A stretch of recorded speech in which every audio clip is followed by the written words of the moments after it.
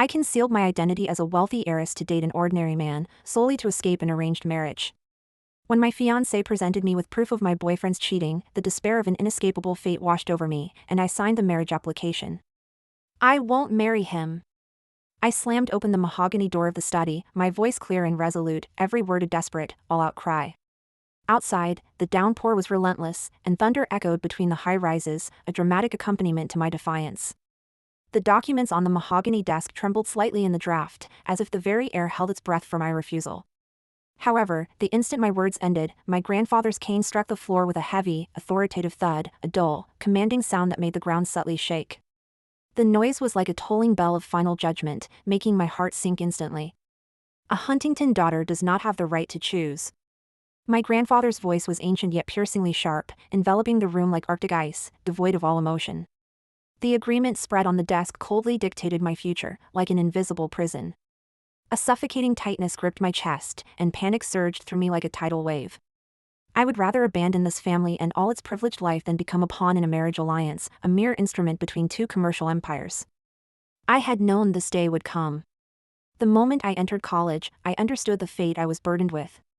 To evade it, I hid my identity, striving for an ordinary life, even taking a normal boyfriend, Ryan. That bright, cheerful boy was my soul warmth, the life raft I clung to in a frigid world. I believed this love could help me escape the family's cage. Now, clutching this life raft tightly, my fingers trembling, I dialed his number. Tears welled up in my eyes, my voice choked with uncontrolled sobs. Ryan, after graduation, let's go, okay? Leave this place, start over. On the other end, Ryan's voice was gentle and firm, of course. Evelyn, I'll always support you. I believed him. I truly did. I wiped away my tears, pressing the phone to my chest, feeling as if I held the ticket to freedom. The sky was overcast. The post-rain sunlight was thin and pale, as if stripped of all warmth. A black sedan was silently parked at the school gate, like an ominous tombstone. The car door opened, and a man stepped out. Julian Anderson, the son of a family friend I'd grown up with, and the man designated as my fiancé. He wore a perfectly tailored charcoal suit, his shoulders straight and his back erect. Rainwater slid down his hair, yet it only seemed to armor him, doing nothing to diminish his aura, which was as cold and imposing as a deity. His eyes were like razor blades, icy and deep, instantly arresting my breath. Get in. Brief and powerful, carrying an unrefusable authority. Inside the car, he wasted no time, tossing a stack of photos onto my lap. Take a look. The pictures showed Ryan, smiling brightly, holding another woman, as they walked into a hotel. His phone screen was illuminated, with a message starkly displayed, "Babe, I can't wait to see you. I've missed you so much." The time, the room number, the signature, all perfectly clear. My heart felt torn apart. Rage, humiliation, and betrayal swept over me like a tsunami. Impossible, my voice trembled, tears streamed down, my fingers turning white. My chest felt like it had been hit by a heavy hammer. Julian's gaze was like a cold dagger, his tone detached. Your game is over. He lightly placed the marriage application form in front of me. The white paper highlighted his long, finely articulated fingers, conveying an irresistible command. Wake up, little princess. The freedom you think you have will only end up hurting you. Sunlight streamed through the car window, outlining the sharp angles of his profile. I looked at him, the man who had accompanied me since childhood, existing like a shadow, who now stood as my cage, and perhaps, my salvation. My hand gripped the paper, my fingertips white, my breathing shallow in my chest. My vision was clouded, yet I couldn't look away. The post-rain sunlight was blinding, piercing the tall windows of the city hall like a knife, shining directly on the marriage application in my hand. The double blow of the photos and the application shattered my world. Ryan's betrayal was a stiletto, ripping apart all my fantasies of freedom and the ordinary. And Julian, like a distant, high-seated spectator, calmly observed my disheveled state. You knew all along, didn't you? My voice was hoarse, a mix of anger and shame. Julian neither denied it nor mocked me. He simply picked up a bottle of iced water from beside him, unscrewed the cap, and offered it to me. Drink some water. The bottle was chilling to the touch, like my heart at that moment. I stared intently at him, suddenly realizing this man was not just the hunter but another prisoner, bound by fate. My lips trembled, and tears spilled out. You went through all this effort just to make me marry you? Julian leaned slightly forward, a trace of warmth in his voice for the first time. Marry me, and at least you won't be hurt by a scoundrel again. My resources will always be available to you, but you will have absolute freedom. I won't interfere with your life, career, or social circle. We are merely partners, a safe harbor. His eyes were like a deep sea, coldly suffocating, yet subtly revealing an unspoken warmth. My hand shook slightly as I picked up the application, my gaze moving between Julian's profile and the tip of the pen. Thoughts surged like a tide: Ryan's betrayal, the family's pressure, my years of struggle, and Julian's cold yet tempting proposition. Finally, I gripped the fountain pen, my fingers white, yet I signed my name with firm, deliberate strokes. Let's go. Julian's voice was calm, as if announcing the dawn of a new order. The city hall was vast and solemn. Sunlight streamed through the high windows onto the cold marble floor, illuminating the frigid glint of Julian's antique wedding ring. Every one of his movements was steady and powerful. He wasn't just signing a marriage, he was taking control of everything. I stood beside him, my soul feeling detached, stepping into another world. When we walked out of City Hall, it was already evening. The cold glint of the ring on my finger was a reminder: this was reality now, no longer a dream. Looking down at the ring, a sense of absurdity washed over me. The love, freedom, and ordinariness I had cherished were utterly stripped away in an instant. Days later, I returned to campus, believing I was strong enough. Ryan suddenly appeared before me, his eyes anxious and flustered. Evelyn, let me explain. I saw a faint hint of greed at the corner of his mouth. The Huntington-Anderson alliance had hit the papers, and my identity was enough to make countless Ryan-type men scheme desperately. I stared at him coldly, saying nothing. Seeing my indifference, Ryan knelt down, offering a cheap rose. Babe, I know I messed up. Give me another chance, please? I love you. My heart had completely died. The once sunny boy was now sickeningly pathetic. I turned to leave, but he gripped me tightly. A black sedan smoothly pulled up nearby. The window slowly lowered, revealing Julian's sculpted profile. Do you need me to call security? His deep voice was like a mountain, his authority unyielding. Seeing the car and Julian, Ryan's face instantly went pale. He released me and backed away. I smiled, a smile laced with the satisfaction of revenge. I took the rose and, without hesitation, tossed it into a nearby trash can. The petals scattered across the ground, symbolizing the broken love and innocence of the past. Turning, I pulled open the car door and got inside. Julian didn't ask anything, he simply drove steadily away. In the car, I leaned back against the seat, watching the scenery flash by outside the window. I knew my life had entered a brand new chapter, a cold contract, devoid of love and freedom, but at least I had broken free from the hypocritical world of the ordinary. Julian, this cold collaborator, would be my only anchor in this new world. Life after the marriage was superficially calm, like stagnant water, yet fraught with undercurrents. Julian and I, the perfect newlyweds in the eyes of the outside world, were like strangers at home. Daily communication was minimized to necessary matters, polite to the point of being mechanical, as if even our breathing had boundaries. I will not join the Huntington or Anderson groups. When Julian asked about my plans after graduation, I didn't hesitate. I rejected all positions arranged by the family, including the oversight he had casually mentioned. In this moment, my rebellion, from hating the arranged marriage in high school and choosing sociology in college, to now, was fully materialized, to use my own hands to break free from the control of the family business empires. I passed the bar exam with the highest score in my class. I secured the funds for my office rent with a bank loan, and every expense was meticulously accounted for. I refused all family aid, swearing to establish myself in the world based solely on my own abilities. However, a row of legal texts, long out of print, quietly appeared on my bookshelf. Each book precisely hit on my areas of research, as if someone had meticulously prearranged the chessboard. My heart tightened as I gazed at the books. This was no coincidence. At a weekend family dinner, Mrs. Anderson smiled and extended an olive branch. Evelyn, the group's legal director position is open. Your law background is solid, come and help Julian.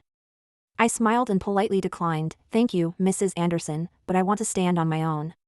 Julian gently patted my hand under the table, a silent show of support, then calmly told his mother, Mom, she has her own ambition. I will support her. I looked up, seeing in his deep eyes, for the first time, a trace of admiration and protectiveness beneath the mask of my contract husband. Soon after, I opened a legal aid clinic in the Old Quarter, specializing in helping women who were victims of domestic violence. I poured all my heart into this, reaching into the darkest corners to light a small beacon for helpless women. To avoid family entanglement, I founded the Lumina Foundation anonymously, symbolizing hope and light. However, operations proved far more difficult than I imagined.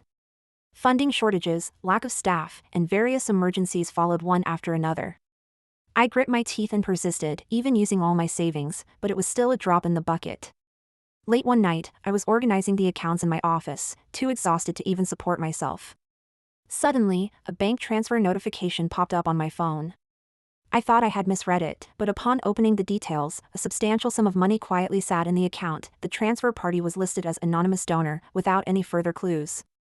My chest tightened. I immediately called Julian, my voice shaking with undisguised emotion. "That money, did you transfer it?" On the other end, Julian's voice was low and calm. "Yes. I provided the seed funding for your foundation, under a personal name." "Why?" I was confused, a complex mix of feelings swirling inside. "Because I believe in you." He spoke softly, yet firmly. "The Anderson family needs money and power, but Lumina needs true strength. I know you have that strength." In that moment, I understood, Julian's love was never ostentatious. His protection was silent yet profound, lurking in unseen places, paving the way for me, clearing obstacles, only so I could fly freely. I had once thought him cold and controlling, but now, I experienced a different, deeper kind of love, hidden, resilient, yet capable of holding up an entire sky amid loneliness and adversity. Outside, the night was deep, and the office light was warm and solitary. I leaned back in my chair, gripping my notebook, a subtle sense of power igniting within my heart. I knew the world was still dangerous and cruel, but I was no longer alone. The reputation of the Lumina Foundation grew day by day, and my career flourished. My name frequently appeared in legal reports, and media coverage continually amplified the stories of my advocacy for vulnerable groups.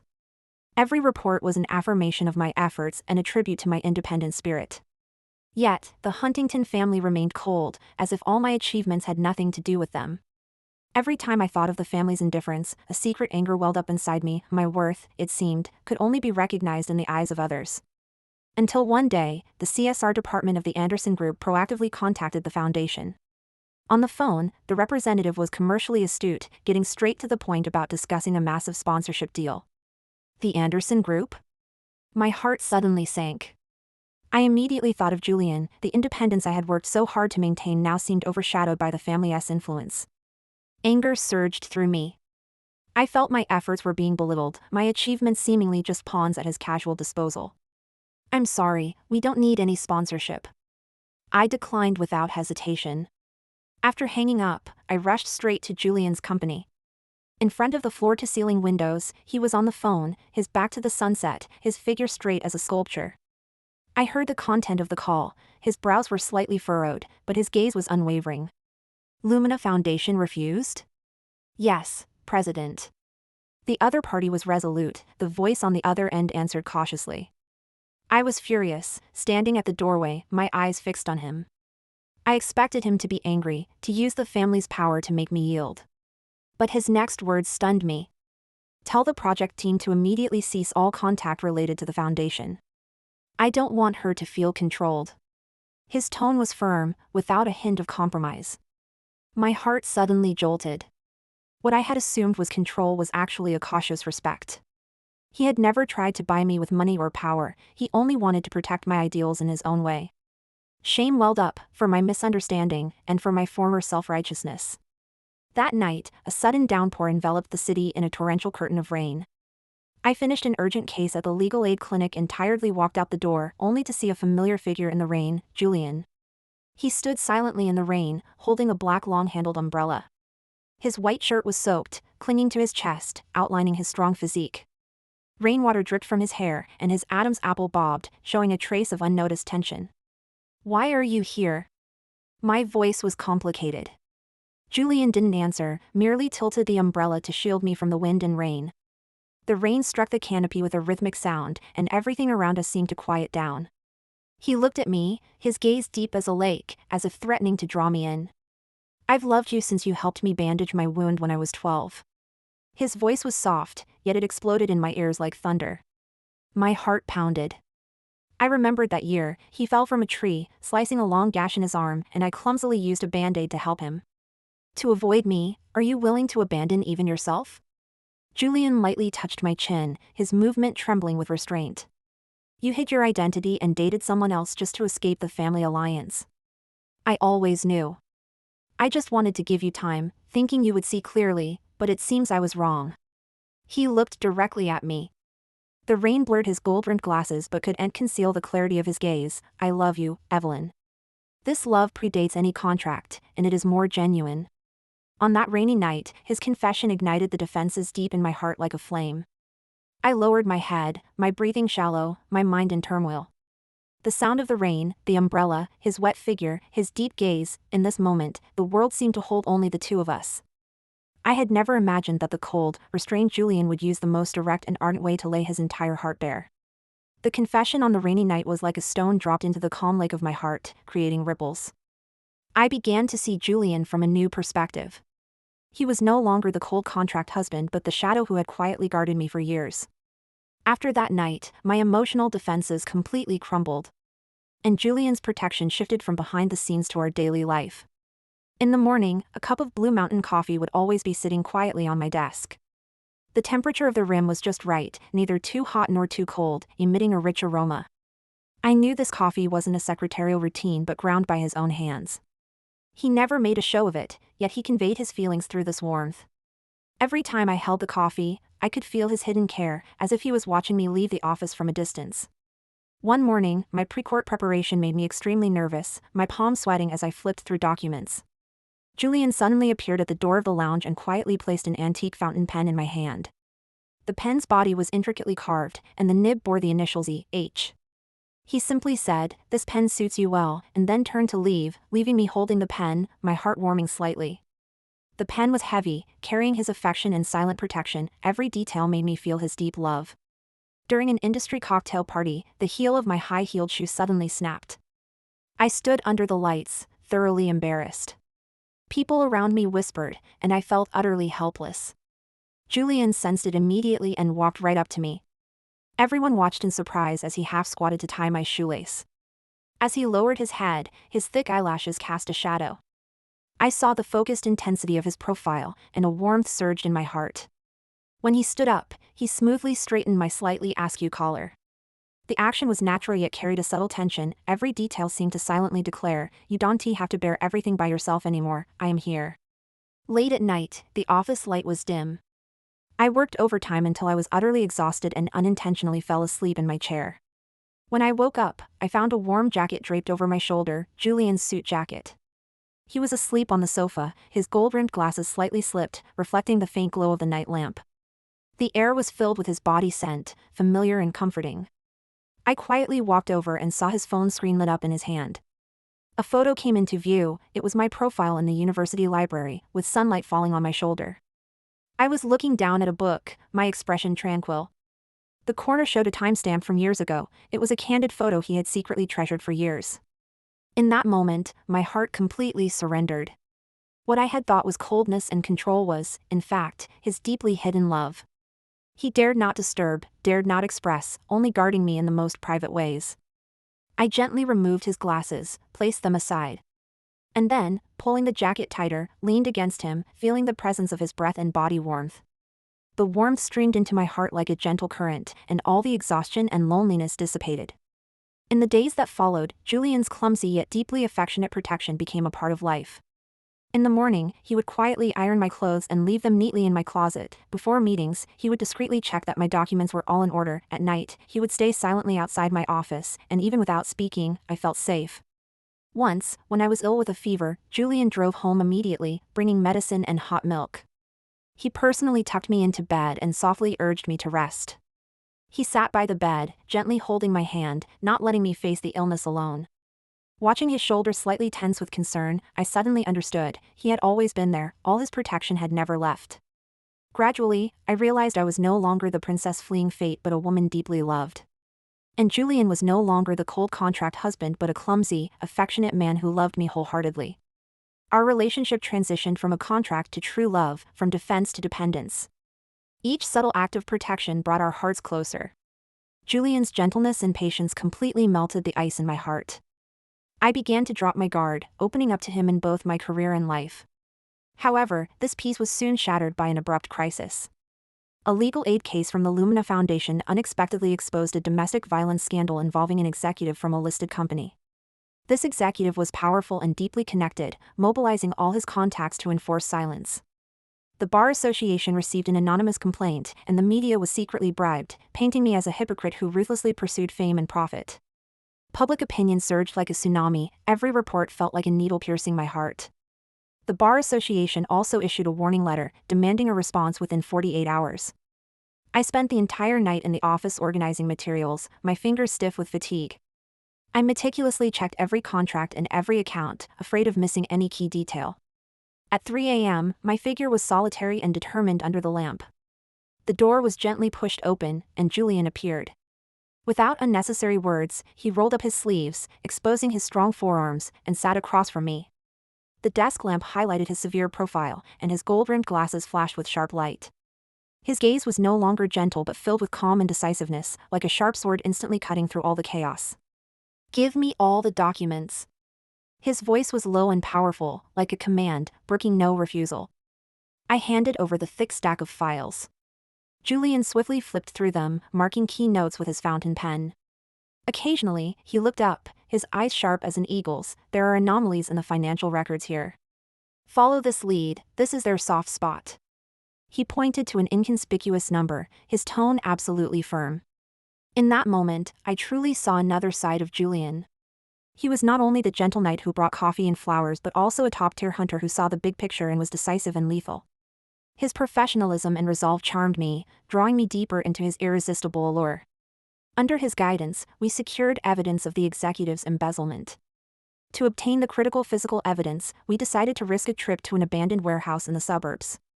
The damp air was mixed with dust. The warehouse was silent, save for the creaking of old corrugated iron stirred by the wind. The opposing side was clearly prepared. The lights suddenly went out, and a shelf piled high with goods began to shake violently. "Watch out!" Julian suddenly pushed me away, using his own strong body to shield me from the toppling shelf. Boom! The massive sound echoed, and dust flew everywhere. I was protected in his embrace, and the world seemed to spin. When I regained my senses, a long gash had been cut into Julian's arm by a metal spike, and blood was sliding down his shirt. "Good thing I wore a dark shirt today," he said, laughing, his tone light as if it were a trivial matter. The bloodstains spread on the shirt, a shocking sight. My heart twisted with pain. I trembled, covering his wound with my hand, tears blurring my vision. "Why?" Julian held me tightly, pressing my head against his chest, and whispered in my ear, "Because protecting you is my instinct." Darkness and danger enveloped the warehouse, and I completely dropped my facade. I had once believed marriage was merely a cold contract, but in this moment, I understood he had already transformed it into the most solid sanctuary through his actions. His coldness and tenderness intertwined, steadfast as steel, yet making me feel an unprecedented security. In the darkness, the wind and rain howled outside the warehouse. Julian still tightly held my wrist, as if all his strength was being transmitted to me. No matter how treacherous the path ahead, he would stand before me, shielding me from all the storms. My tears fell. But for the first time, my heart felt completely at peace, because he was there. Following the warehouse incident, Julian was rushed to the hospital, and I stayed by his bedside, never leaving. The white gauze tightly wrapped his arm, and every one of his breaths tightened my heart. I had thought our marriage was my last line of defense against fate, but I never expected Julian would physically build a real fortress for me. In the dead of night, the hospital corridor was silent save for the hum of the air conditioning and the soft footsteps of distant nurses. I leaned back in the chair by the bed. My mind replaying his clumsy but warm protective acts, the Blue Mountain coffee with its precise temperature in the morning, the engraved fountain pen handed to me before court, him tying my broken high-heeled shoe at the party. Every detail silently interpreted that low-voiced promise, protecting you is my instinct. Around 3 a.m., I closed my eyes for a short rest. Julian shifted, his hand instinctively covering mine. The warmth transferred, and my heart involuntarily tightened. I realized I knew far less about this aloof CEO than I thought. In front of me, he was at his most vulnerable, yet also my most steadfast protector. The next morning, Julian opened his eyes and smiled affectionately when he saw me curled up by the bedside. He didn't wake me, simply reached out and gently covered my hand with his, a silent promise, "I am always here." After his discharge, I decided to go to Julian's office, wanting to be closer to him and truly understand the man. Sunlight streamed through the floor-to-ceiling windows, and the former feeling of oppression disappeared. I casually browsed the bookshelf but was drawn to a safe in the corner. Driven by curiosity, I entered my birthday, and the lock beeped open. Inside, wooden boxes and folders were neatly arranged. I opened a wooden box with trembling hands, and tears instantly welled up. It contained all my childhood memories, my smiling face in a princess dress, mischievous photos from secretly skipping class during my rebellious phase, my profile concentrating on a book in the university library. Every photo spoke of Julian's never-expressed attention and affection. The small silk box underneath moved me even more. The out-of-print Barbie doll from age 12, the Starry Night necklace from age 16, the engraved fountain pen from age 18. Each was a gift he had wanted to give but never sent. I finally understood that everything I had perceived as control was for protection, not constraint. What truly brought me to tears was the thick notebook. The cover featuring a little rabbit I had drawn on a whim. It meticulously documented every detail of my life: coffee without sugar, liking classical music but easily falling asleep, hating cilantro, secretly eating street skewers. Detailed and precise, like an engraved record of my daily life. I finally understood that Julian's love was never grand, but so deep it was irresistible. Days later, the Anderson Group headquarters hosted a lavish charity gala. Julian, in a tuxedo, stepped onto the stage. Every movement exuded the charisma and grace of an elite leader. He scanned the room, his eyes finally locking onto mine.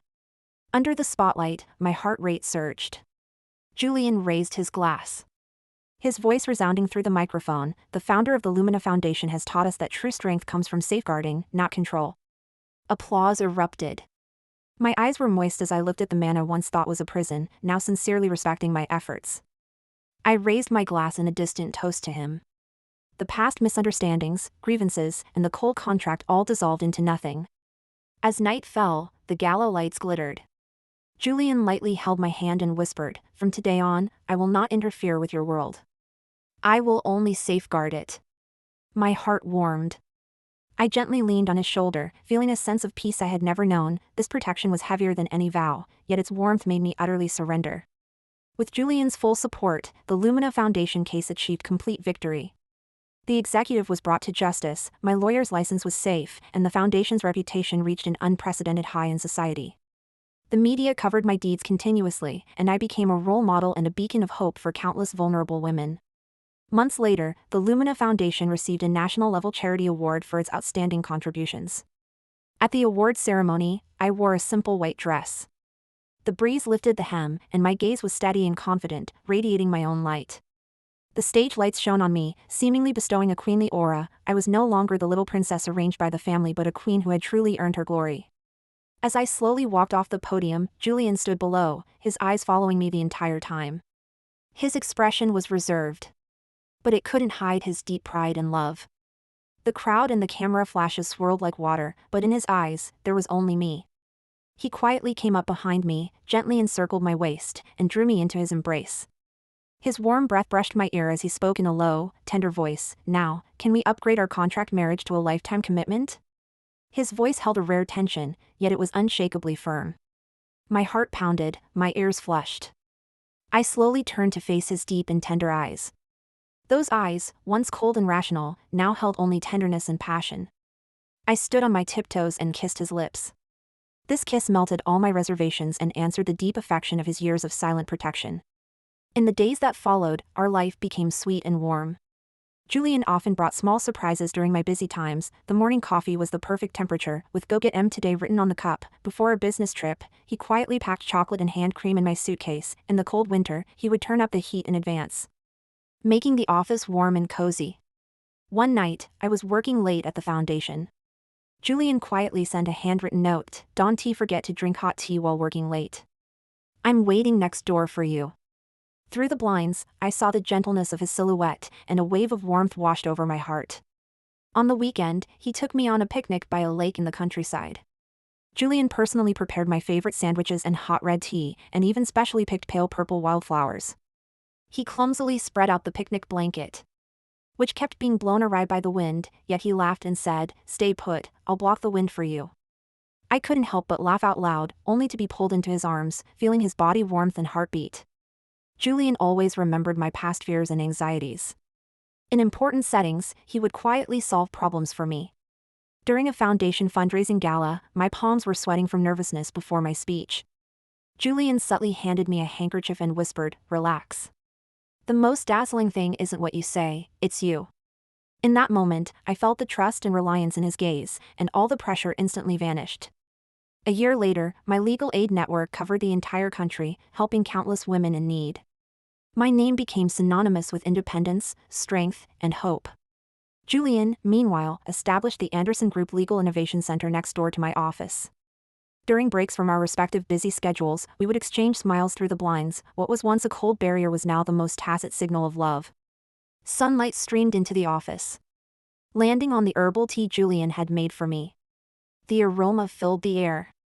He sat across from me, looking at me gently. "Starting today, it's no longer just protecting your contract, but protecting everything we have." I smiled softly, leaning against his shoulder, feeling the rhythm of our hearts beating together. At night, we stood on the terrace, watching the city lights. Julian reached out and held my hand, saying in a low voice, "Evelyn, I love you. Not just the protection of the contract, and not just safeguarding, but everything about you." I looked up, my eyes sparkling with unshed tears, yet full of joy. "I love you too, Julian. Thank you for showing me that love can be this real, and this warm." The wind gently brushed by. Our shadows intertwined in the lights, like the city's most steadfast and tender harbor. The past misunderstandings and grievances had all turned into smoke, and in the future, we would walk hand in hand, unafraid of the storms, and unafraid of the world.